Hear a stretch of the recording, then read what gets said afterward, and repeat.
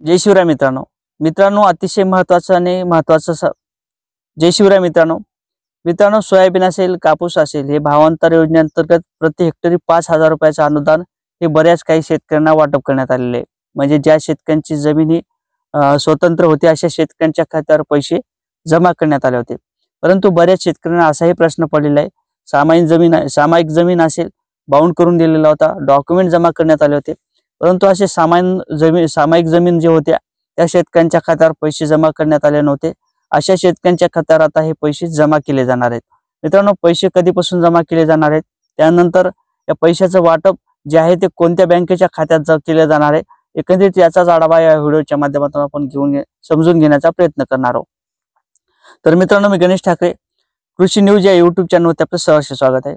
मित्रांनो, असेच नवीन अपडेट घेण्याकरता त्याचबरोबर आपल्या चॅनलचे सभासद मिळण्याकरता नक्कीच एक साईडला एक बेल बटन दिसेल, त्या बेल बटनवरती क्लिक करा, म्हणजे घंटीचं बटन दिसेल याच्यावरती क्लिक करा, आणि या साईडला एक थंबचं बटन दिसेल याच्यावरती सुद्धा क्लिक करायला विसरू नका। तर मित्रांनो, चला सुरू करूया आजचा आपला व्हिडिओ। मित्रांनो, एकंदरीत बऱ्याच काही शेतकऱ्यांच्या खात्यावर भावांतर योजनेअंतर्गत हे पैसे जमा करण्यात आले होते।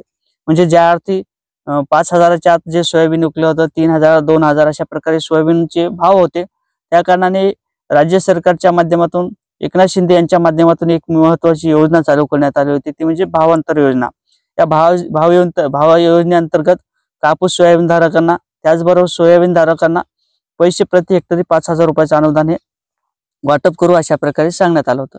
आणि त्याच पद्धतीने शेतकऱ्यांच्या केवायसी करण्यात आल्या होत्या, बँकेचं पासबुक, आधार कार्ड अशा प्रकारे डॉक्युमेंट जमा करण्यात आले होते, आणि त्यासाठी एक केवायसी नंबर देण्यात आला होता। केवायसी विशिष्ट आयडी नंबरच्या माध्यमातून शेतकऱ्यांच्या माध्यमातून केवायसी करण्यात आल्या होत्या, आणि केवायसी केल्यानंतर प्रति हेक्टरी 5,000 रुपयाचं अनुदान 2 हेक्टरपर्यंत हे अनुदान शेतकऱ्यांच्या खात्यावर जमा करण्यात आलं होतं।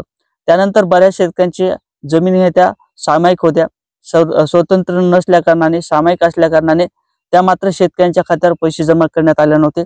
अशाही शेतकऱ्यांचे डॉक्युमेंट जमा करण्यात आले होते, म्हणजे एक स्टॅम्प पेपर जमा करण्यात आला होता 100 रुपयाचा नोटरी करून, त्याचबरोबर आधार कार्ड, बँकेचं पासबुक अशा प्रकारे हे डॉक्युमेंट जमा करण्यात आले होते। त्यानंतर शेतकऱ्यांच्या पैशाचं वितरण केलं जाण्यापूर्वीच एक आचारसंहिता लागल्या, विधानसभा सुरू झाल्या, आणि आचारसंहिता लागल्या कारणाने ते जे वंचित शेतकरी होते, जे सामायिक धारक शेतकरी होते, त्या शेतकऱ्यांच्या खात्यावर हे पैसे जमा करण्यात आले नव्हते।